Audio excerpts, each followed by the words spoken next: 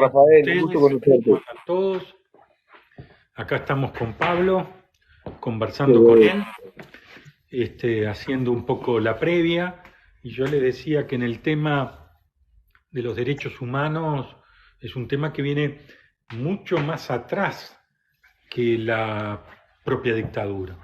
Es más, yo creo que la dictadura, gran parte de haber avanzado los militares contra las instituciones fue por el tema de la impunidad, porque había personas, militares y policías que habían violado los derechos humanos y que en la medida de que se conservaran las instituciones serían los primeros que iban a tener que responder ante la justicia. El escuadrón de la muerte es antes de la dictadura. Las personas que eran llevadas presas y estaban 3, 4 meses en diferentes cuarteles, antes que se los blanqueara, era antes de la dictadura. Gomenzoro apareció en el Río Negro, por allá por Tacuarembó, antes de la dictadura. Esta persona detenida que Gabazo en el Tribunal de Honor dice que le tiró una granada, que tenía el alias de Marcos, y le tira una granada dentro de la celda, es antes de la dictadura. Y en cierta medida también el Frente Amplio se conformó en una lucha en la defensa de los derechos humanos. Ahí fue y fijó y forjó uno de sus pilares fundamentales. Yo me acuerdo que estando en Buenos Aires, ya mi padre exiliado, abro un cajón y tenía una cantidad de fotos de gente que estaba siendo torturada en caballete, en submarino. O sea, alguien se había arriesgado a sacar esas fotos y esas fotos las había sacado de Uruguay y se las había mandado a mi padre. O sea, lo que estamos viendo es que el tema de derechos humanos, la lucha por la defensa de los derechos humanos fue una lucha en forma permanente. Yo me crié en mi casa todavía con mi padre senador, con Hernán Michelini senador, donde en los espejos de mi casa decía libertad para todos los presos políticos, porque había presos políticos en el Uruguay. Y entonces, ese tema de derechos humanos es un tema permanente, constante, que siempre ha mantenido nuestras banderas bien en alto. Bueno, Rafael, Sí. yo te quería presentar a Gustavo. Yo empecé a hablar y... Sí, pero lo que pasa es que Gustavo no sé si ahora pudo solucionar el tema de conexión. no estábamos en... Yo vengo a hacer Estábamos, el sí, nosotros sí, técnico, Gustavo Rafael. estaba con algún problemita por ahí, Vengo a pero hacer el técnico. para darle la bienvenida, Gustavo. Buenísimo, Rafael, es un enorme placer contar contigo en De Vivos, este proyecto militante, el cual nos reúne con nuestros dirigentes, nuestros referentes de la izquierda uruguaya. Este es un espacio muy frente amplista, no sectorial, acá hay compañeros de todos los sectores, de todo el país. Es un experimento que inició con el compañero Ernesto Murro, que nos llevó a recibir también a Betiana Díaz, a Óscar Amigo, a Pedro Irigoyen, bueno, a toda una serie, Charles Carrera, a toda una serie de compañeros, con lo que pretendemos desde este pequeño espacio dar por tierra con lo que es el cerco mediático y que nuestra voz de izquierda se escuche de manera directa, que los compañeros puedan preguntar y puedan participar y sentirse escuchados. Así que es un enorme placer, Rafael, contar contigo, que sos parte de la historia de nuestro querido Frente Amplio. Así que nos llena muchísimo de orgullo. Contarte que en estos vivos tenemos compañeros de izquierda, pero nos visitan también algunos compañeros, algunas personas, en realidad ciudadanos que no son votantes de izquierda, que a veces hacen planteos y preguntas y demás, también son bienvenidos en el respeto a este espacio. Así que bueno, compañeros de todos lados, desde Maldonado, compañeros desde Salto, tenemos un saludo desde Australia también, Rafael, bueno, Montevideo, de todos los barrios, de todos los comités de base y de todas las ollas populares. Rafael, la pregunta en concreto es esta. Hay una reacción durante principios de los años 70 a lo que fue un tiempo de opresión al trabajador uruguayo y al pueblo uruguayo. Las medidas prontas de seguridad, el pachecato y demás que nos lleva indudablemente a responder como pueblo a todo eso. ¿Qué opinas vos de la teoría de los dos demonios, Rafael? Bueno, vamos por partes, porque Pablo me había hablado del negacionismo y ahora tú me Sí. hablas de la teoría de los dos demonios. Yo creo que la teoría de los dos demonios es para justificar las barbaridades que se hicieron. No quiere decir que nosotros hayamos estado de acuerdo con la vía armada, pero la teoría de los dos demonios es, hay dos demonios y bueno, uno neutraliza al otro. Y lo que hizo el Estado uruguayo no puede ser comparable con nada. Lo que hacen los estados, no estamos hablando de lo que hacen las personas o los ciudadanos, sino lo que hacen los estados, porque no solo ocurrió en Uruguay, ocurrió en Chile, ocurrió en Argentina, ocurrió en Bolivia, ocurrió en Brasil, también en Paraguay, aunque la dictadura allá venía de más lejos. O sea, con los recursos y con la autoridad del Estado se violan sistemáticamente los derechos humanos, se genera un terrorismo de Estado y ese terrorismo es para amedrentar, para asustar, para generar que la gente no luche, baje los brazos y en definitiva no pueda protestar. Para una sociedad uruguaya tan rebelde como lo es la sociedad de nuestro país, hubo que aplicar una represión sistemática de torturas y de presos en forma permanente, antes de la dictadura y después de la dictadura, para que muchos uruguayos bajaran los brazos. Y después que se da el golpe de Estado en la Argentina, entonces ahí vino el terror. Vamos a hacer tierra arrasada, vamos a, si es posible, terminar con la izquierda, con los rebeldes, con los que querían un mundo mejor, con los soñadores, con los románticos, con los idealistas, con todos. Y eso es lo que hicieron, tierra arrasada. Por eso el tema de derechos humanos se vuelve un elemento central, no solo en la lucha del pueblo uruguayo, sino también como elemento unificador de la propia izquierda, porque la represión no miraba a qué sector de izquierda golpeaba a todos por igual. Cada uno que levantaba cabeza lo golpeaban y golpeaban dentro de fronteras y fuera de fronteras, con el Plan Cóndor y antes del Plan Cóndor. Y además golpeaba a otra figura, porque en el año 74 se asesinó a Trabal en Francia, y antes de asesinar a Trabal se secuestraron a integrantes del MLN en la Argentina, estando en democracia en la Argentina, y los trajeron al Uruguay. ¿Para qué? Para cumplir aquella norma de que por cada militar muerto ellos iban a matar cierta cantidad de, entre comillas, subversivos o guerrilleros. O sea, los trajeron antes. Esa es la prueba de que a Trabal lo mataron las propias Fuerzas Armadas uruguayas, porque no hay, desde el año 74 hasta el año 76, ningún otro secuestro que sea antes de lo que podía ser un atentado contra alguien integrante de las Fuerzas Armadas. Ellos se sacaron a Trabal, se lo despacharon a Trabal, se lo sacaron de lado en el año 74, que son los fusilados de Soco. Al otro día se hacen los fusilados de Soco. Aparecen 5 uruguayos.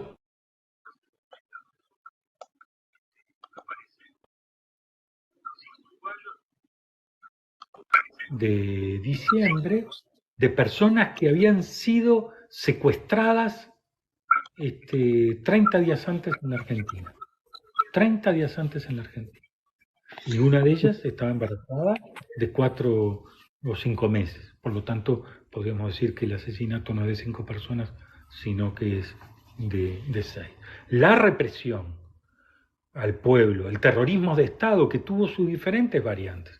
Porque cuando eran contra figuras públicas, las mataban y que aparecieran y que se supieran que ellos podían ir contra todos. O sea, cuando los militares uruguayos se cargan a Gutiérrez Ruiz, presidente de la Cámara de Diputados, y a Selmar Michelini, un senador Ballista, después que conforma y funda el Frente Amplio junto a Terra y Arismendi como figuras principales, que se agrega Sereni y todo el resto de los grupos. Era Salman Michelini una pieza fundamental en la lucha contra la dictadura. Le están diciendo a todo el mundo que si ellos se pueden llevar a Gutiérrez Ruiz y al Toba por delante, se pueden llevar a todos, no queda nadie.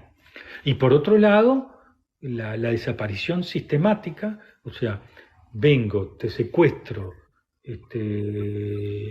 tu vida depende de mí, después aparecerás, no aparecerás, si no aparecerás, no aparecerás nunca más, porque de alguna forma te hacemos desaparecer. Ese tema de derechos humanos, ese que nos convocó a la salida de la dictadura, ese que nos convocó también para denunciar, nosotros fuimos uno de los primeros que denunciamos la muerte de Roslik en el año 84, que se hizo la muerte de Roslik para tratar de evitar la salida democrática. Ese tema de los derechos humanos que estuvo tan presente y que nos llevó al referéndum del voto verde, voto amarillo, y que de alguna forma caló esa derrota del voto verde en forma muy importante. Para las nuevas generaciones no pueden entender cómo nos seguimos luchando, y seguimos luchando, y claro que seguimos luchando, y claro que levantamos la bandera, pero tuvimos que remontar la derrota ladrillo a ladrillo, paso a paso, no metro a metro, centímetro a centímetro. Una nota que publicaba un periodista, una intervención que podíamos hacer nosotros, o un artículo, o una investigación. Empezábamos de a poquito a construir una acción de esfuerzo colectivo para que el tema de derechos humanos no quedara en el olvido, ni quedaran la gente desaparecida, ni quedaran niños que les habían cambiado de identidad, como el hijo de Sara, o como después nos enteramos el caso de Macarena Hellman, que notoriamente Sanguinetti negó que en Uruguay había niños desaparecidos y que los militares uruguayos hubieran sido responsables de la desaparición de niños, para poner un ejemplo.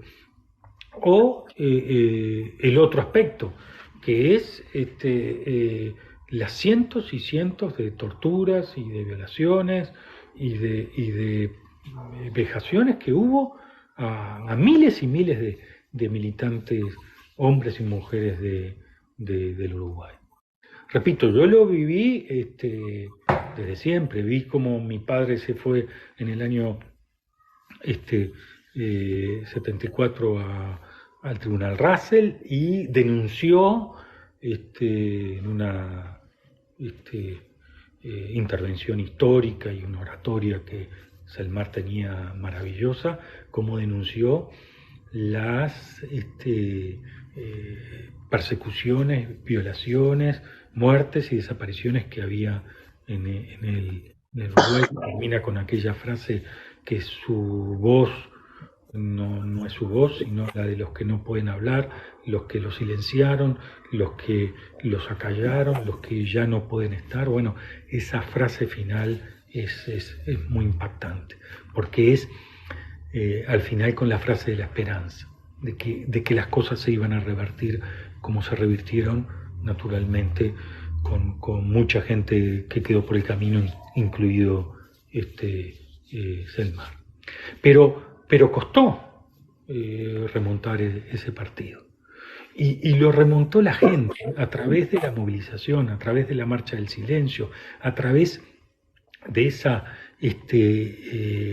gesta histórica que es la marcha del 20 de mayo, que reúne a miles y miles y miles de uruguayas y uruguayos que en silencio marchan por la avenida 18 de julio, y que hoy nos sorprende porque a veces son más los jóvenes que nacieron, todos ellos, después de la dictadura, que muchos de ellos no tuvieron una víctima cercana, y que con la acción de marchar denunciando el tema de los desaparecidos y dónde están, reclamando dónde están y reclamando Verdad, Justicia, Memoria y Derechos Humanos, hacía una acción militante que, sumadas a miles y miles de otras voluntades, terminó rompiendo el cerco mediático, terminó instalando un tema que las élites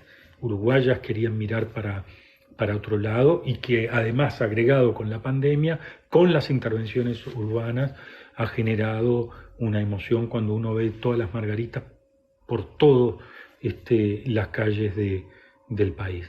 El último 20 de mayo fueron más de 70 marchas en todo el país. ¿Alguien lo podía haber imaginado? ¿Alguien podía creer que ese tema, que no estaba en las 20 reclamos de los uruguayos, o en los 20 temas que les preocupaba más a los uruguayos, hoy es uno de los elementos característicos, y que uno se emociona cuando la palabra, por ejemplo, Montevideo en mayo está lleno de la cara de los desaparecidos, y viene gente del exterior y pregunta, antes de sacarse una foto, ¿por qué está así? ¿Por qué es el mes de los derechos humanos? ¿Qué fue lo que pasó? ¿Qué es lo que ocurrió en el Uruguay? Y ahí hay que levantar reconocimientos de mucha gente. Por ejemplo, Sí. el periodista Roger Rodríguez, que es el que denuncia el segundo vuelo, que con él nos fuimos a Buenos Aires para hacer ciertas averiguaciones, y que él termina identificando que aquel vuelo de julio de 1976, que trae una serie de militantes del PVP y que los procesan acá, o sea, ya estaba el Plan Cóndor, ya los militares uruguayos viajaban a la Argentina, ya habían matado a Rosario Barredo, a Willy Huailot, a Héctor Gutiérrez Ruiz, a Selmar Michelini, también se habían cargado a Manuel Liberov, un médico muy reconocido del Partido Comunista. Ya estaba el terrorismo desatado, y traen un avión con militantes del PVP secuestrados el 23 de julio de 1976. ¿Traen a todos? No. Gerardo Gatti y León Duarte quedan en la Argentina. Primero los quieren canjear por algún dinero, alguna cosa, y después los matan allá.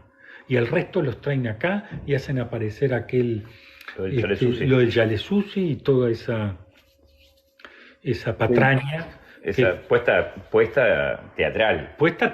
Tan puesta teatral, que yo tuve la información que ese mismo día, cuando las cámaras de televisión, estamos hablando por allá por septiembre, octubre del 76, cuando Gavazo hace la presentación mediática y termina y se van los periodistas, año 76, plena dictadura, el Goyo Álvarez le pega a su propia mano con la fusta y le dice: lo felicito, coronel, por Gavazo, lo felicito, coronel, usted es el mayor mentiroso del mundo.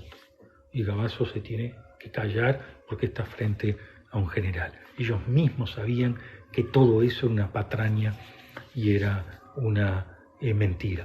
Pero nosotros no sabíamos lo del segundo vuelo. Nosotros no sabíamos, pensábamos que la gente que habían detenido, los otros militantes del PVP que habían detenido 27, 28, 29 de septiembre, habían quedado allá. Sí quedaron algunos, como el caso de Mechoso y el caso de Soa. Los restos de Mechoso aparecieron en la Argentina, pero a otros los trajeron, y los trajeron en Uruguay. Rafael, lamentablemente... Y los enterraron acá. Y eso que se habla de la Operación Zanahoria, que no se sabía si la Operación Zanahoria habían limpiado de todos los restos o era una cortina de humo para que no los buscáramos. Yo creo que la Operación Zanahoria fundamentalmente se dedicó a una sola tumba, a la colectiva, a los integrantes del PVP. ¿Por qué? Porque eso marca cómo eran conscientes ellos de lo que hacían. Si en el Uruguay en algún momento se abría una fosa colectiva donde aparecían 15, 16, 17 esqueletos, eran los nazis. y ellos quisieron evitar eso. Quisieron que la opinión pública no los terminara condenando, como al final igual los terminó condenando, porque nos hicieron creer que Julio Castro había sido un mal golpe que se había llevado en el vehículo militar, en lo que le decíamos el camello, y después apareció con una bala en la cabeza. O sea, ellos lo mataron a Julio Castro, y ellos mismos después largaron el rumor que bueno, fue un accidente, que iban a ser, pobre la familia, que Julio Castro estaba muy veterano. La Operación Zanahoria fue para eso. Eran tan conscientes de lo que habían hecho que los volvieron a hacer desaparecer 2 veces. La primera cuando los secuestraron y los mataron, para que su familia no tuviera los restos, y luego para que no aparecieran ni siquiera los huesos. Tú me ibas a decir algo. No, Rafael, lo que te iba a comentar, nosotros en este andar por las redes sociales nos encontramos con muchos negacionistas, personas que niegan incluso la farsa del chalet Susi, que lo toman como un acto de realidad hasta el día de hoy. Es increíble, algo que fue reconocido hasta por el propio Gabazo. Y estos negacionistas que tienen, por supuesto, tierra fértil bajo este gobierno, han aparecido como hongos y, entre otras cosas, se basan literalmente en lo que fue la declaración de la Comisión para la Paz, que por supuesto ya está obsoleta y de la cual tenemos mucha información disponible, posterior, tribunales de alzada, nuevos compañeros fallecidos aparecidos, dentro de, por ejemplo, entre otras cosas, la Comisión para la Paz, firmado por los oficiales generales, decía que en el batallón 14 no había habido enterramiento, y sin embargo acá están apareciendo compañeros enterrados y otra serie de cosas que fueron mentiras. No cabe la menor duda que las Fuerzas Armadas uruguayas fueron grandes farsantes y grandes mentirosos que a partir de lo que fue el proceso de la enmienda Koch, por ejemplo, derivó, entre otras cosas, en el chalet Sus y en otra serie de mentiras que vienen posteriormente también. ¿Cuál es tu impresión? Porque vi que estábamos conversando respecto a los negacionistas, yo entré un poquito más tarde, pero ¿cuál es tu impresión? ¿Qué podemos aportar en ese sentido? Porque sentimos los compañeros mucho dolor, Rafael, al ver familias buscando a sus muertos y al ver gente, como vimos acá en el chat, algunas personas diciendo que apenas eran unos 40 los desaparecidos en Uruguay. Nosotros les mostramos inclusive la página de Presidencia, donde se habla de 192, 197 hoy por hoy desaparecidos, fuente. Ellos no visualizan nada, pero queremos saber tu impresión respecto a eso y cuál sería tu respuesta a estos negacionistas, Rafael. Bueno, primero que el negacionismo va a seguir subiendo, porque es lo que ha pasado con el genocidio armenio y ha pasado con el holocausto judío. O sea, los negacionistas, en la medida que pasa el tiempo y que las personas que vivieron las atrocidades van falleciendo, con más fuerza intentan plantar de que todo eso no es tan así, que eso no ocurrió de tal manera. Por eso es muy importante este hallazgo, porque en el medio del negacionismo hay una actitud de seguir buscando los restos y los restos aparecen. Ahora, el negacionismo no es solo para toda la opinión pública. No nos confundamos. A veces ellos hacen negacionismo para la opinión pública, pero están intentando que ese negacionismo prenda en los oficiales jóvenes. A esos oficiales jóvenes les quieren decir que ellos están llenos de gloria porque salvaron la patria, vaya a saber de qué demonio o vaya a saber de qué enemigo. O sea, no solo pensemos desde una perspectiva de toda la sociedad. Cuando Gabazo habla, o cuando algunos militares violadores de derechos humanos hablan, no le hablan al resto de la población, le hablan a su familia y le hablan a la oficialidad nueva. Porque al principio Gabazo y otros oficiales habían instalado el relato de la gloria. Ellos eran los militares que habían estado en el frente de la batalla y que habían salvado al Uruguay de las peores calamidades. Y en la medida que el tiempo pasó, claro, tuvieron menos posibilidades de aguantar ese relato. ¿Por qué le hablan a su familia? Y porque, claro, para ellos sería lo peor que su familia terminara descubriendo, por ejemplo, que hubo una fosa común, que a Trabal lo mataron ellos mismos, que Gabazo y otro militar estaban nombrados como militares adjuntos de Uruguay en Estados Unidos y que tenían un plan de atentar contra Koch, ya que tú lo nombras. Y le hablan a los militares porque ellos quieren ser parte de que esa gloria se mantenga. Y cuando no pueden hacerlo, tratan de justificar en los tribunales de honor, que son en los únicos lugares que ellos han puesto algún atisbo de verdad, para decirle que ellos combatieron con las armas en la mano contra esos enemigos.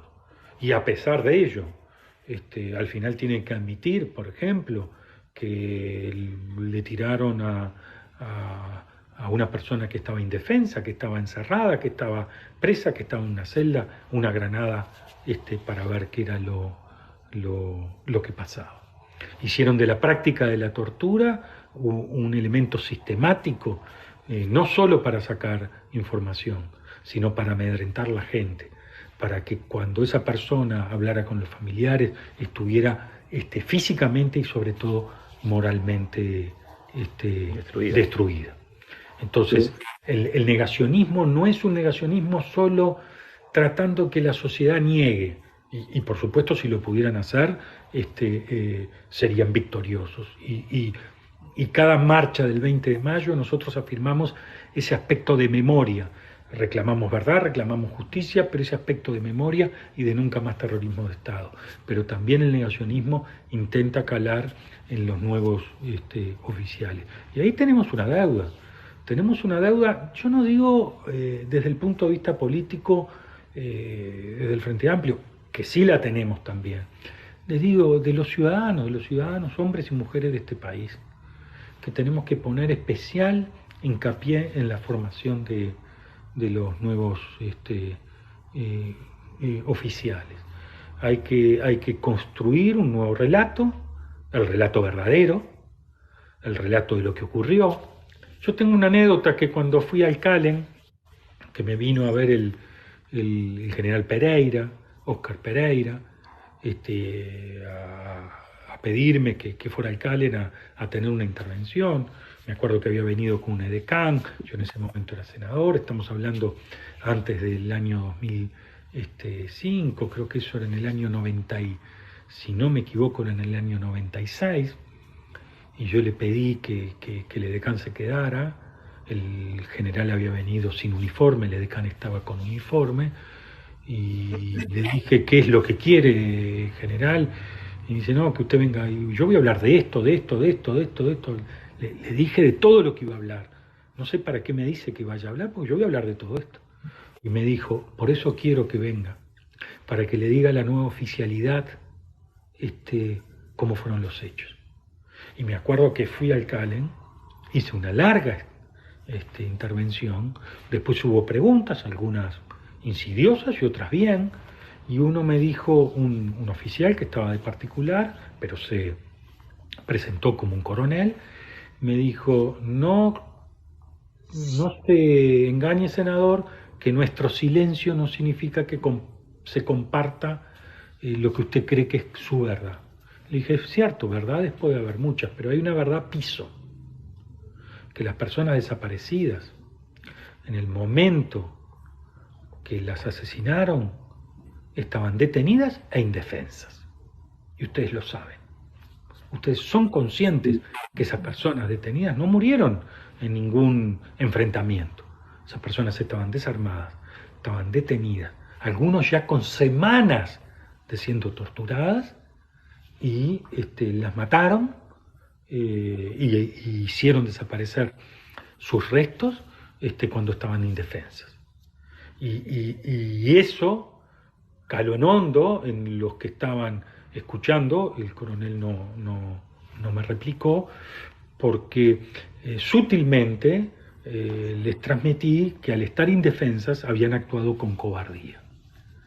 O sea, a nivel militar se genera un elemento importante, no solo en Uruguay, que es el honor de ganar en la batalla, el honor de pelear limpiamente, el honor de jugarse por su país y no estar ni violando mujeres, ni golpeando mujeres, ni haciendo desaparecer ciudadanos indefensos, ni haciéndole cambiar la identidad a niños, que yo creo que eso es una cosa que no hemos puesto tanto hincapié, es la peor de las cosas. Cuando se desata el terror, porque en Argentina se da el golpe de Estado y fue común decir, de ahora en adelante también en Uruguay hacemos lo que queremos, hay un botín de guerra que son los niños. Los niños, estoy hablando, los niños cuando se secuestraba a sus padres o los niños que estaban todavía en el vientre de sus madres, como ocurrió para una tanda de militantes del GAU que estaban en Argentina en el año 77. Por esas casualidades había varias mujeres que estaban embarazadas. A las mujeres que no estaban embarazadas y a los hombres los hicieron desaparecer en la Argentina. Pero a las mujeres que estaban embarazadas esperaron a que tuvieran su hijo y seguramente los vendieron. Sin duda. Hay testigos.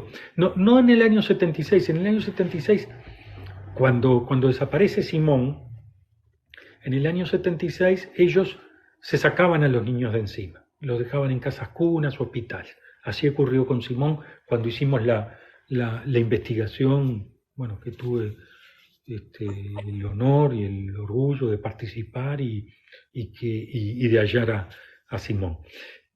Pero ya al final del 76 los apropiaban para médicos que estaban en la tortura, para militares y para policías que participaban de la tortura. Así pasó con María Claudia. Y ya en el 77 los vendían. O sea, en el Pozo Banfield hay un testigo, yo tuve la oportunidad de hablar con él, que las mujeres después de parir las tenían unos días antes de hacerlas desaparecer, porque amamantaban a ese niño, a ese bebé, esa beba, unos días, porque si no se les podía morir, y él les hacía la sanación, lo dejaban que él les hiciera la higiene, de mujeres que parían y seguían encapuchadas, y ellas les contaban a esta persona de nombre Luis que días antes de parir, quizás alguna semana, venían, le sacaban la capucha, eran padres que le sacaban la capucha, y siempre había alguien que no era de los que estaban en la detención y que seguramente sería el futuro apropiador, que estaba viendo, bueno, si las características personales o físicas de la madre podían coincidir con la familia que los iba a adoptar. Fueron más de 400 niños en la Argentina, solo se hallaron más o menos a la mitad, todavía queda una deuda inmensa de nuestro Río de la Plata con esos niños que hasta hoy no saben que son hijos de desaparecidos.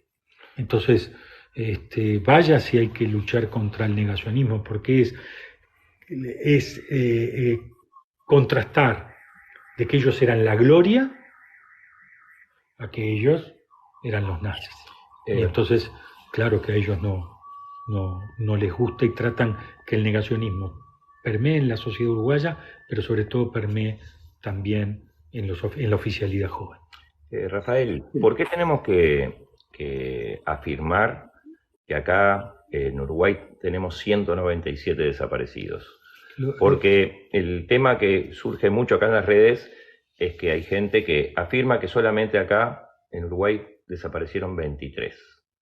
Solamente con el segundo vuelo de la muerte creo que ya supera esa cifra, pero para tener una explicación de tu parte, que estaría bárbaro. Los uruguayos 197 lo que se cuentan son las personas desaparecidas en Uruguay, sean ciudadanos uruguayos o de otra nacionalidad, como María Claudia, que la matan en Uruguay, más los desaparecidos de nacionalidad uruguaya en la Argentina, e incluso puede haber algún cónyuge que sea de nacionalidad argentina. ¿Por qué?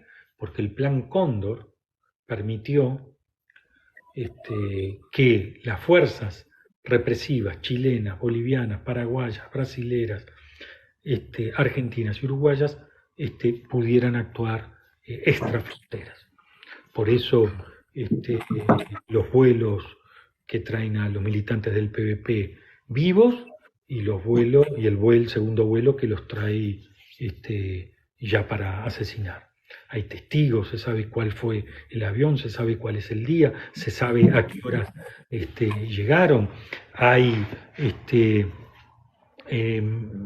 personas de la aviación. Bueno, hoy están los aviones Fiat. No, los aviones, pero están los pilotos.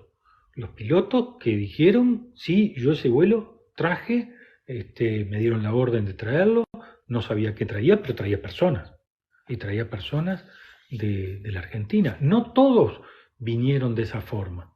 Hay algunos que las Fuerzas Armadas argentinas y uruguayas los ponían en los aviones de Pluna en la escalerilla, y cuando llegaba el avión de Pluna acá, los estaban esperando. No había forma que pudieran salirse de esa trampa. O sea, eso nos da la cuenta de 197. Por los estudios y las denuncias. Puede ocurrir que mañana aparezca los restos de una persona que no tiene familiares que denunciaron. Sí, claro que sí. Claro que puede aparecer. Pero esos 197 son firmes, esos 197 desaparecidos son los que son. Ahora, si el coronel Gavazo, cuando tortura y hace desaparecer en el Uruguay a un ciudadano uruguayo, ese es un desaparecido uruguayo.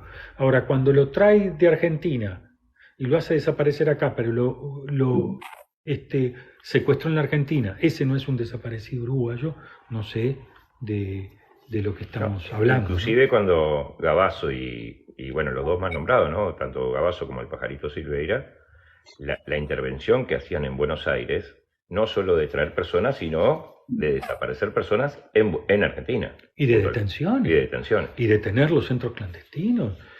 Hay diferentes testigos que vieron en esos centros clandestinos a Gavazo, entre ellos mi hermana.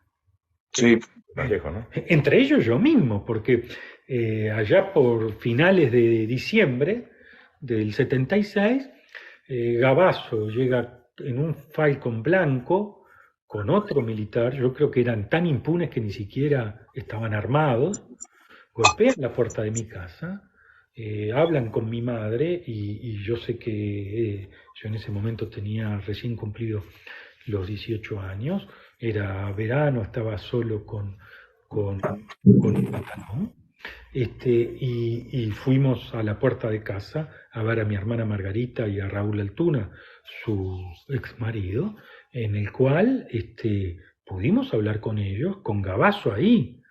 Gavazo los trajo de la Argentina. Gavazo los secuestró en la Argentina. Y es cuando Raúl Altuna me dice, en reserva, yo era un niño, estos son todos asesinos, hay que tener cuidado porque estos son todos asesinos, o sea, no les tiembla la mano. Y exactamente, habían matado una cantidad de militantes del PVP, a otros los dejaron vivos. Y alguien dice, bueno, pero a esos los dejaron vivos. Pero entonces ahora la sociedad uruguaya va a dar el derecho a que una persona, porque tiene uniforme, dice quién vive y quién muere. Estamos todos locos. O deja de ser menos asesino porque a dos personas las dejó vivir. Por eso es muy importante todo el tema de la memoria, muy importante. Así lo hicieron los judíos y así lo hicieron los armenios, todo el tema de la memoria, porque la memoria es lo que permite que esas cosas nunca vuelvan a ocurrir, nunca más terrorismo de Estado. Y entonces a las nuevas generaciones, que por suerte se crían sin miedo, por suerte nos dicen por qué no hicieron más, por qué, no porque hubiéramos podido hacer más, capaz que debimos hacer más, pero hicimos lo que pudimos. Pero lo cierto que ellos tengan los anticuerpos y frente a cualquier violación de los derechos humanos salten de inmediato, es que hemos logrado permear que estas cosas importan. Es cierto, en el mundo del consumo, en el mundo del uso al tire, en estas nuevas tecnologías, que parece que hay generaciones que están fuera de los valores y de los principios. Pero cuando uno ve el 8 de marzo, cuando uno ve el Día de la Diversidad, cuando uno ve la Marcha del Silencio del 20 de mayo, ve que está lleno de jóvenes y que esos jóvenes levantan las banderas por las cuales nosotros nos forjamos y las levantamos durante mucho tiempo. Sin duda, Rafael.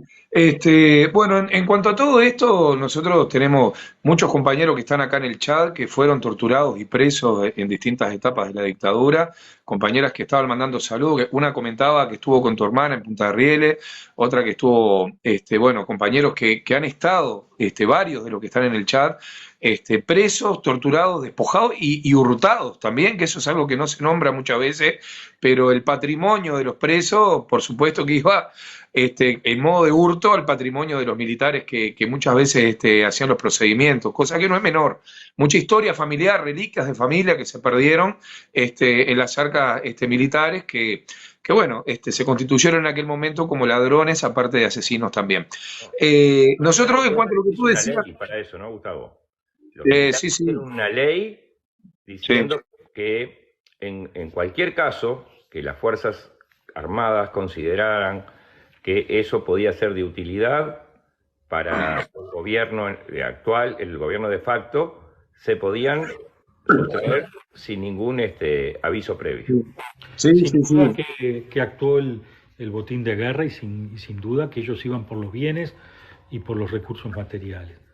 Pero una cosa fueron los que hicieron ese grupo de militares de las Fuerzas Armadas y otra cómo se gestó la impunidad en Uruguay.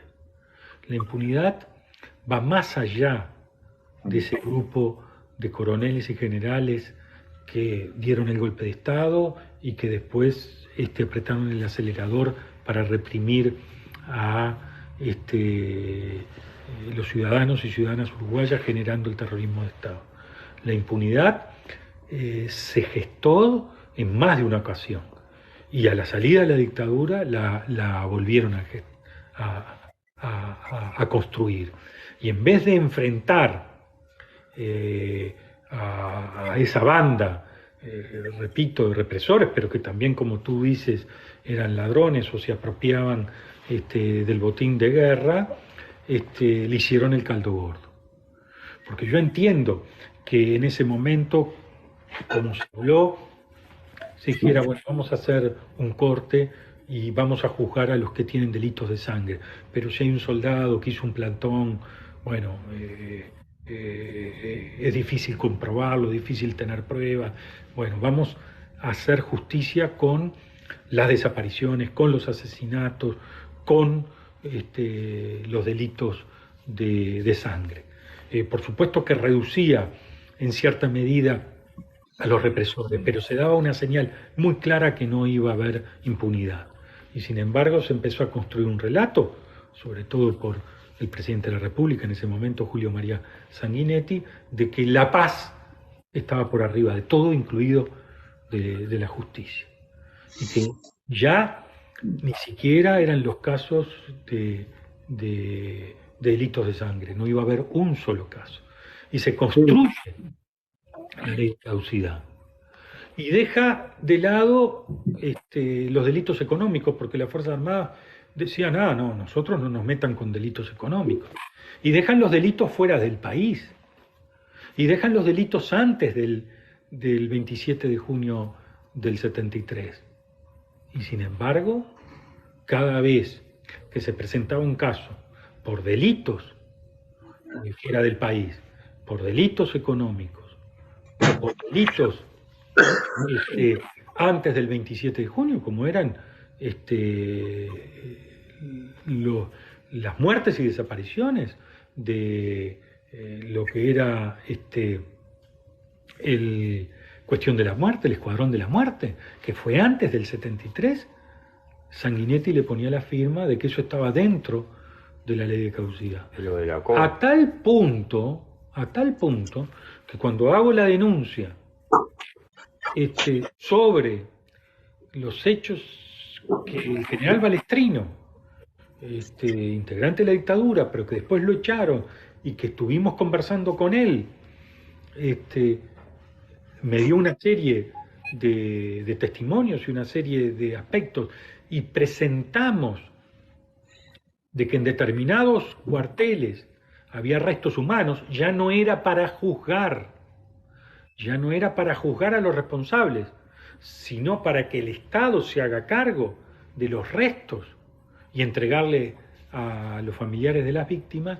Año 97, Sanguinetti también vuelve a poner que eso está en la ley de caducidad. O sea, que en la ley de caducidad no solo era impunidad para los represores y que habían cometido delitos de lesa humanidad, sino además era una losa muy, muy, muy pesada para ni siquiera poder entregarle a las víctimas o a los familiares de las víctimas los restos de los desaparecidos. Bien. Fue tan dura la actitud de Sanguinetti que, aunque yo no comparta en nada lo que era su concepción económica y liberal, la Comisión de la Paz se forma por la movilización que el pueblo uruguayo hace, pero también porque era insostenible que tú no le dieras una respuesta a las familias de los desaparecidos. Está bien, no juzgamos, ¿no? En aquellos que querían la impunidad no juzgamos, la paz está por encima de todo, pero no vas a entregar los restos, no vas a buscar los niños de los desaparecidos. No es casualidad que aparece Macarena Gelman, no es casualidad que aparece Simón Riquelo. Y aparece ¿por qué? Porque estaban desaparecidos. Y porque hubo una búsqueda. El Estado le había puesto una losa inmensa. Y eso fue la impunidad que construyó Julio María Sanguinetti. Rafael, la parte de la que habla Julio María Sanguinetti, habría que mandarlo a Israel a explicársela con respecto a los terroristas nazis y a los genocidas nazis, ¿verdad? Que hasta el día de hoy se siguen juzgando en Israel y se siguen jugando en el mundo. En realidad, esos viejitos que para algunos son viejitos.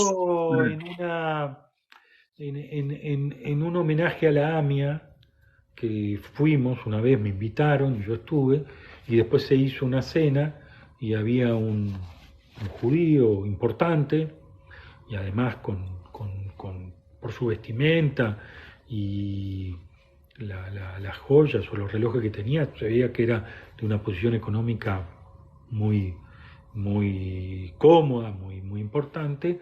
Me preguntó mi opinión de Sanguinetti. Yo fuera del país soy muy cuidadoso, y él me dijo algo así: es un hombre brillante que no aprendió de la historia, no entendió lo que significan los derechos humanos. Sí. Yo me callé, no quería fuera de fronteras decir nada de otro compatriota ni alguien que yo recién conocía, pero esa persona pegó en el clavo. Será muy inteligente, pero no entendió lo que es el sufrimiento de la gente, no entendió el valor de los derechos humanos, no aprendió de la historia. Digo con los judíos y digo con los armenios, pero pero no son las únicas historias donde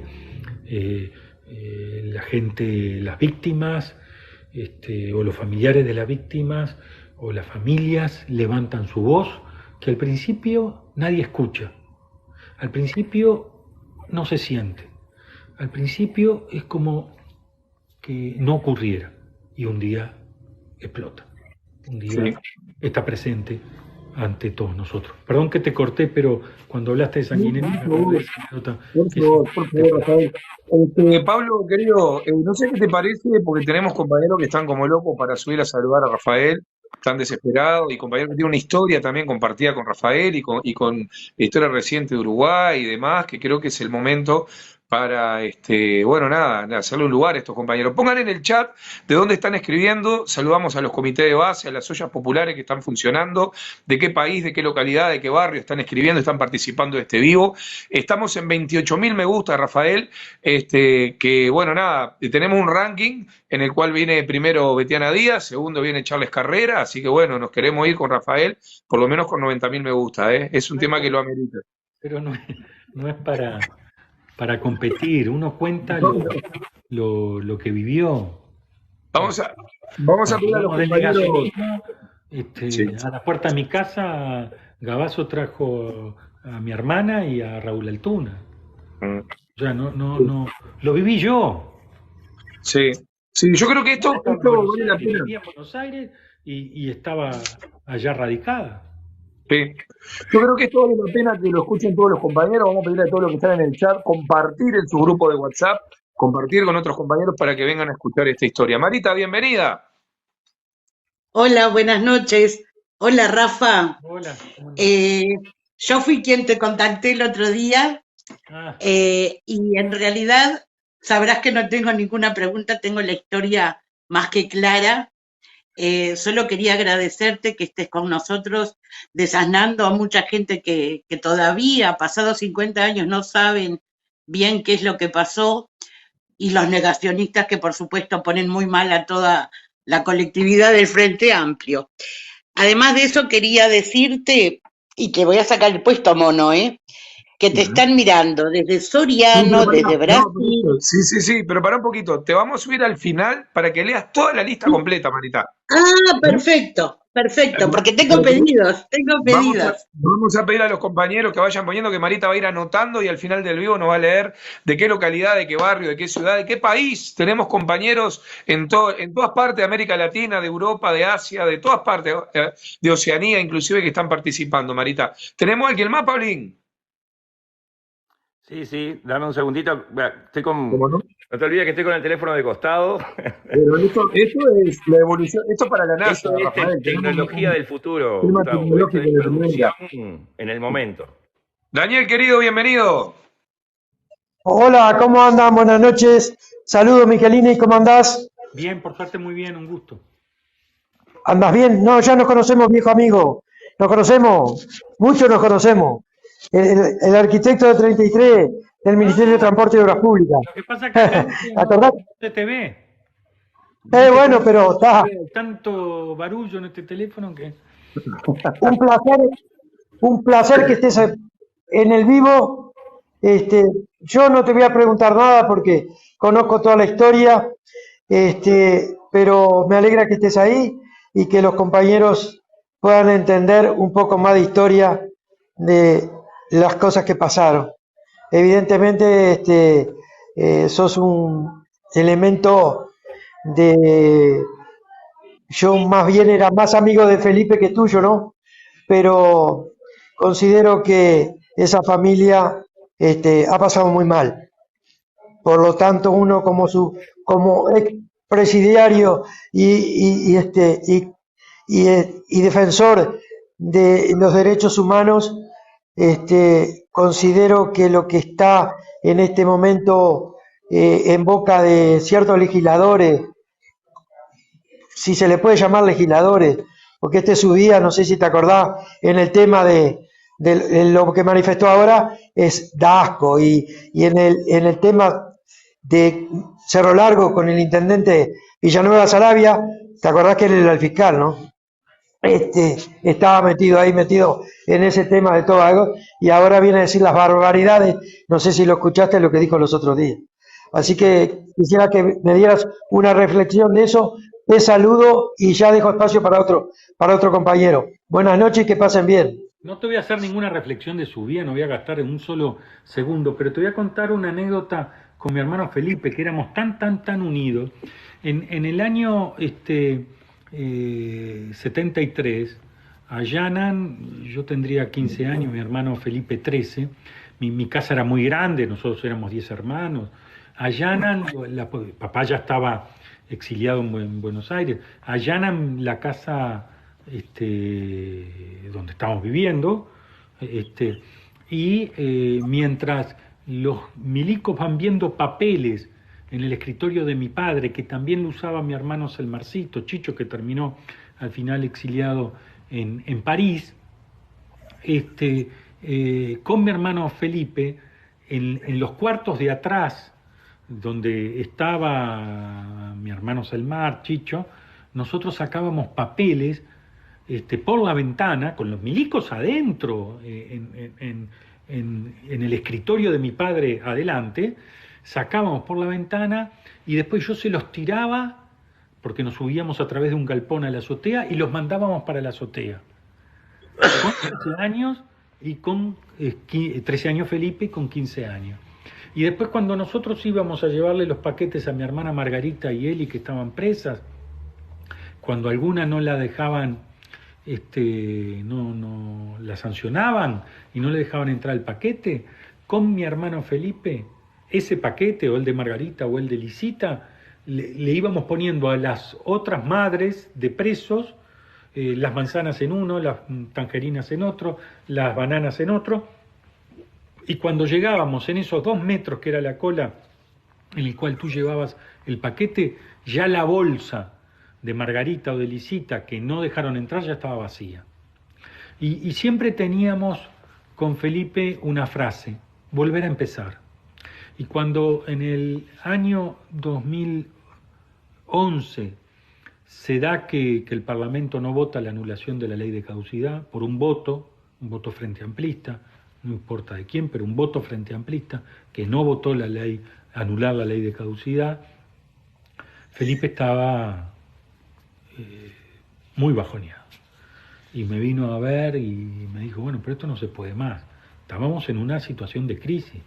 El Frente, 49 diputados habían votado anular la ley de caducidad y uno no. Y entonces no había salido. Y le dije, Felipe, acá tenemos que siempre volver a empezar. En la peor adversidad, volver a empezar. Y ahí dijimos, ¿por qué no construir un andamiaje distinto? Y a él me repitió ahí lo que decía la ley de caducidad y le dije, bueno, que vamos a devolverle todas las potestades punitivas al Estado uruguayo. Y entonces él ahí arma la ley, se la lleva a Brovetto, que era presidente del Frente Amplio. Brovetto la ve bien, él la arma con la doctora Mariana Gula, la ve bien, la prepara, se presenta en el Parlamento y esa ley, con alguna corrección, termina siendo aprobada. Y si bien 2 artículos, el segundo y el tercero, la Suprema Corte, que no era la ley inicial de él, que la Suprema Corte lo declaró inconstitucionales, el artículo primero, que le permite recuperar la capacidad punitiva del Estado uruguayo con respecto a los delitos de lesa humanidad, es la que se mantiene y que los jueces interpretan, que recién ahí el Estado uruguayo recuperó su capacidad de persecución de los terroristas de Estado, y entonces a partir de ahí se empieza a contar lo que sería la prescripción. Como estos son delitos gravísimos y además cometidos por funcionarios públicos que tienen la máxima pena y además van para que entren en prescripción, son los que llevan más años, es que hoy se puede juzgar y responsabilizar a los militares y a los policías de aquellos delitos. Así que con Felipe siempre estuvimos a la avanzada de esta lucha. Mirá, también la marcha del 20 de mayo la convocamos con él y con mi hermano Selmar, la primera, después quedaron los familiares, esa que teníamos dudas que fuera gente y que fueron miles y miles y miles de uruguayos. Eso fue en el 96, ¿no, Rafael? Eso fue en el 96. Nosotros habíamos tenido con Felipe una conversación con la cúpula del ejército uruguayo. Les pedimos una señal, les pedimos un gesto, les pedimos un acto de piedad con las víctimas y los familiares de las víctimas, y encontramos a todo el generalato cerrado, salvo al general Pereira.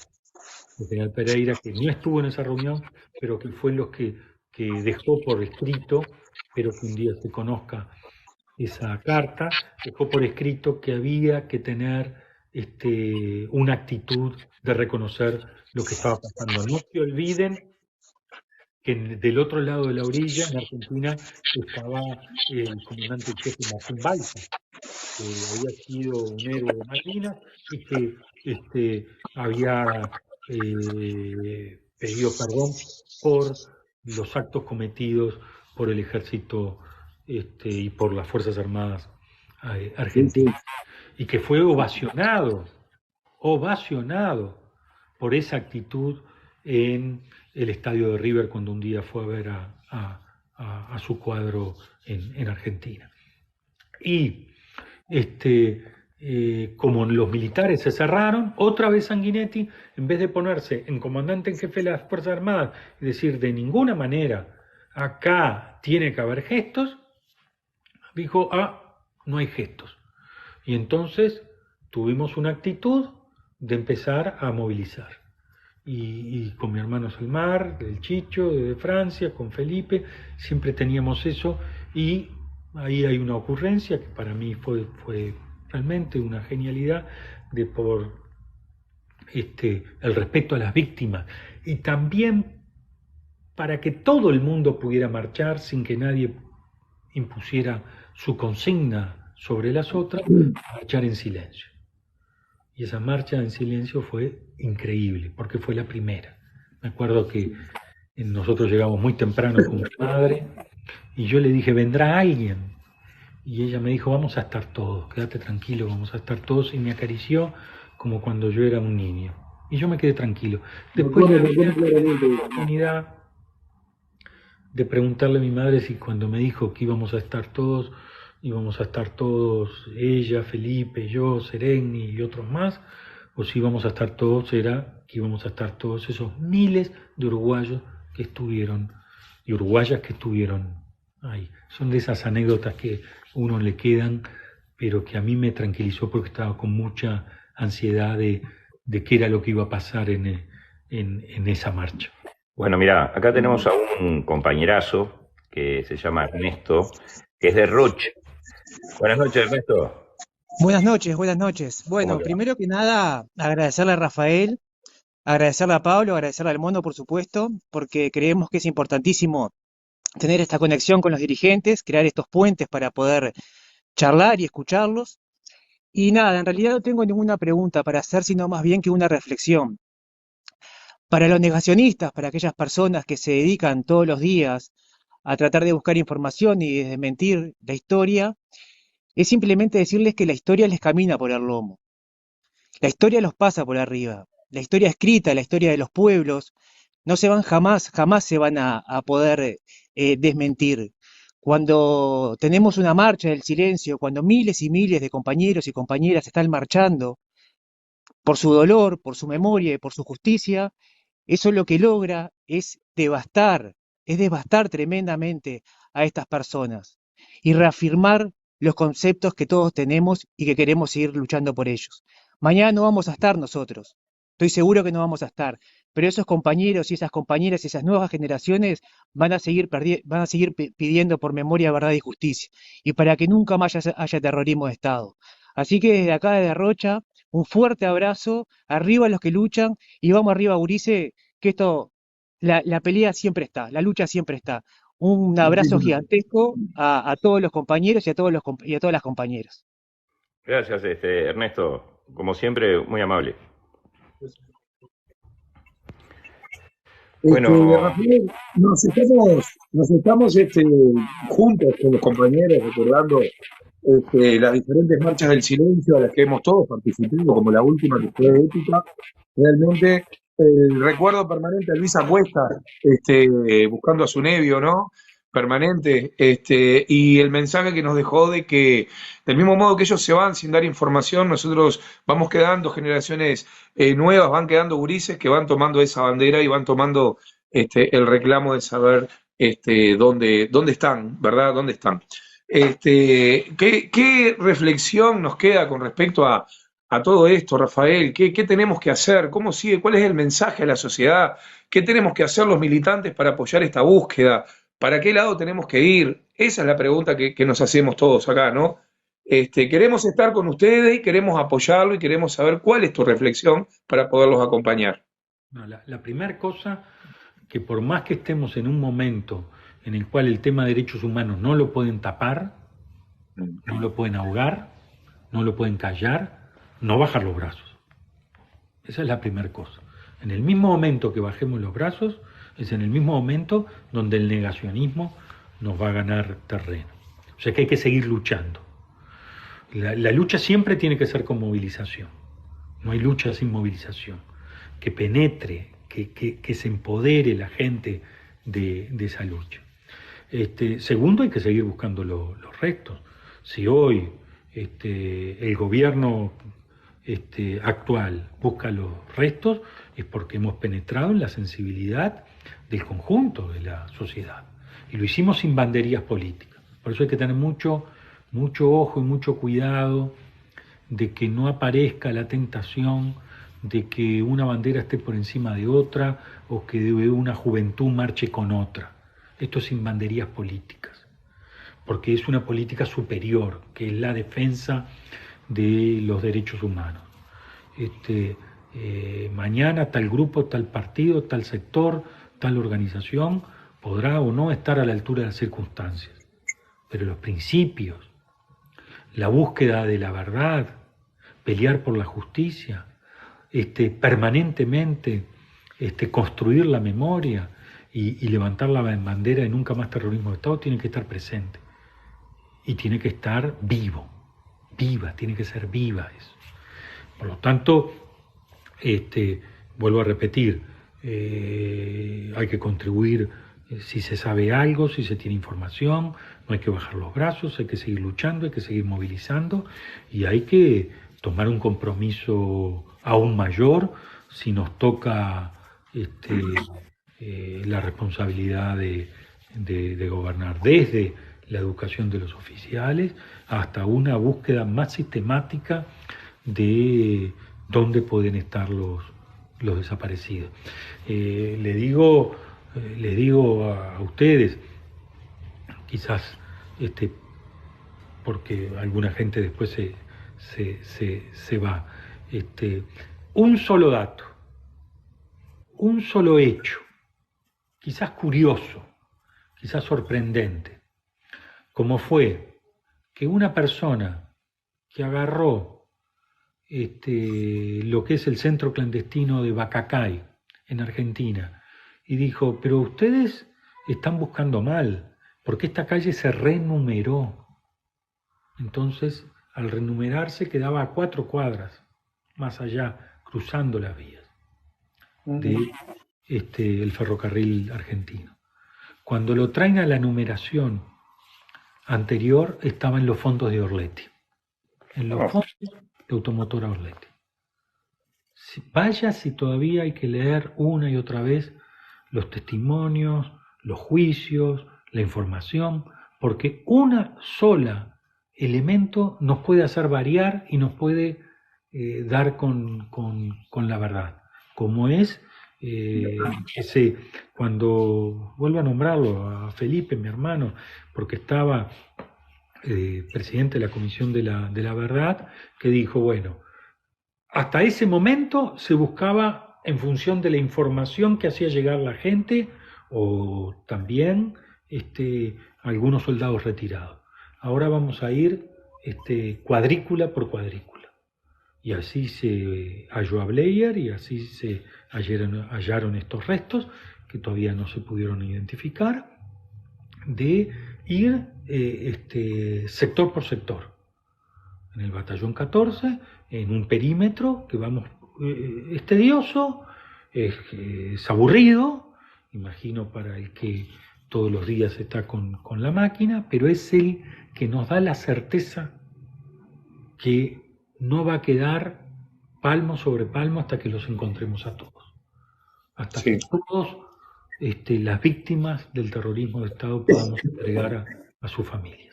No tengamos duda, Rafael, y te cuento, hace unos días estuvimos con Mario Vergara acá en un vivo, y nos contó una anécdota que te la cuento a ti, que capaz que tú la sabés, pero te la cuento a ti, sobre la última marcha del silencio de ellos. Su agrupación está frente con la agrupación de jóvenes de Por la Patria. Y juntos decidieron marchar en la Marcha del Silencio, junto a los jóvenes de Por la Patria, junto con los jóvenes del sector de Mario Vergara, porque esta búsqueda va más allá de la política, más allá de los partidos y más allá de los sectores. Una búsqueda del pueblo uruguayo, de sus ciudadanos desaparecidos. Hay que tener cuidado con eso. Sí. Hay que tener cuidado. Yo ya les he dicho con toda la fraternidad del mundo que eso es un error. Si todos empezamos a propagandear en qué lugar de la marcha vamos, con qué bandera estamos, vamos a desnaturalizar la marcha. Si la marcha se ha mantenido como se ha mantenido, es porque nadie lleva bandera. ¿Alguien vio banderas? No, por supuesto que no. Entonces, toda la fraternidad del mundo, y siendo uno de los primeros convocantes de los sectores que convocamos, ahora los convocan siempre los familiares. Podía haber ocurrido que aquellos que convocamos la primera vez hubiéramos seguido convocando, y no lo hicimos. Le dijimos a los familiares, de ahora en adelante convoquen ustedes, naturalmente con las organizaciones sociales, con el PCNT, con el AFEU, todo, pero no convoquemos los partidos políticos, que por supuesto acompañamos y que por supuesto estamos a la cabeza de la defensa de los derechos humanos. Pero hay que tener mucha claridad. La marcha tiene amplitud porque nadie va con su bandera. En el mismo momento que la partidaricemos, en ese mismo momento la marcha dejó de ser de todos para ser de unos pocos. No es que haya ocurrido, no es que esto haya ocurrido para nada, pero yo advierto porque hay que cuidarla y porque los familiares, ante la más mínima cuestión de partidarizar la marcha, con toda razón nos van a saltar a la yugular. Con toda razón. Sin duda. Una última pregunta, como para después liberarte, porque nos habíamos dicho hasta las 9 y por nosotros podemos seguir hasta las 3 de la mañana. Sí. Pero todos tenemos familia. Por eso. ¿Qué reflexión te merece de los últimos anuncios que hizo el ministro de Defensa García con el tema de exponer esa documentación que prácticamente, no sé, parece que fuera la caja de Pandora para algunos y para otros no tanto? A ver, primero nosotros estamos por la verdad y por la transparencia. Exacto. O sea, que los archivos estén al acceso público está bárbaro, pero hay que tener mucho cuidado que esos archivos son recopilaciones que hicieron los mismos asesinos, los mismos represores, los mismos torturadores, los mismos que violaron delitos de lesa humanidad, que hicieron recopilaciones de algunos aspectos que pueden estar involucrando la vida íntima de las personas, de las víctimas. Nosotros no podemos revictimizar a las víctimas, o algunas cosas que lograron producto de los interrogatorios bajo tortura. Exacto. Entonces, nadie está contra la verdad si la venimos reclamando, pero no hay que ser irresponsables. Si una persona, por la situación que sea, tenía una orientación sexual distinta o no, y aparece en una ficha que lo van a dar como verdadero, y esa persona está desaparecida, ¿es justo? No, ¿Es justo hacerlo? O si una persona bajo torturas, en momentos de mayores tormentos, no estoy hablando solo de torturas físicas, sino que le pongan un revólver a tu hijo en la sien y dice tal o cual cosa y en la ficha aparece. Esa persona que es una persona que aguantó y que logró durante capaz que 72 horas o una semana que esos compañeros pudieran, o compañeras pudieran irse, refugiarse, salirse del país, pero porque aparece en una ficha tal o cual mención, sin saber que son ciertas o no, las vamos a dar por válidas. Entonces hay que tener mucho cuidado en que en una actitud desprendida, aparentemente acá no hay nada para ocultar, se genere a las víctimas, que hoy no se pueden defender, y a los familiares de las víctimas un dolor adicional. Ensuciar su nombre sería un acto irresponsable de parte nuestra, pero además sería volver a victimizarlas, o sea, volver nosotros a ser parte de sus verdugos, y en eso conmigo no cuentan. Ya los digo, conmigo no cuentan. Hay que actuar con responsabilidad en estos casos. Bueno, Gustavo, vamos a ir para ver si está Marita, que es nuestra... La secretaria. Nos comprometimos, Marita, es tu momento y vamos a despedir a Rafael porque ya hemos ocupado más Sí. de lo pactado de su tiempo. Nuevamente vuelvo a agradecerte porque fue increíble todo lo que hablaste, todo lo que aprendimos y bueno, fue fantástico. Solo agradecimiento tengo. Te cuento que están de Soriano Mercedes, gente de Brasil, Rocha, que Tereré me subió y no dijo que era de Rocha, Paysandú, Bella Italia, desde Valparaíso, Chile, desde Santiago de Chile, Salinas, La Unión, Las Piedras, La Paz, Salto, San Luis, La Cruz de Carrasco, Cerro, Paso de la Arena, Mariscal a la Valleja y Puntas de Manga y Sayago. Y sabés que hay una persona acá que yo estaba mirando muy atentamente el chat, Camus 1980, que te agradece porque dice que tu papá fue quien encontró a su tío vivo. Él no tiene nombre la persona, supongo que Camus es un apodo, pero me pareció muy interesante que lo supieras porque es un mimito más al alma, ¿no? Tu papá fue quien encontró a su tío vivo. Y bueno, nada. Mi padre es increíble porque una vez me vino a ver la madre de una de las fusiladas de Soca. Ah. Y entonces traía una carta, ella vivía en Buenos Aires, no, ella vivía acá y otra madre de la fusilada de Soca, de los fusilados de Soca, le había mandado una carta en aquel papel de avión, y una carta muy, muy, muy, muy, muy delicada que le cuenta todo lo que están haciendo, cuando están buscando a los que secuestraron para hacerlos aparecer, cuando mataran a Trabal.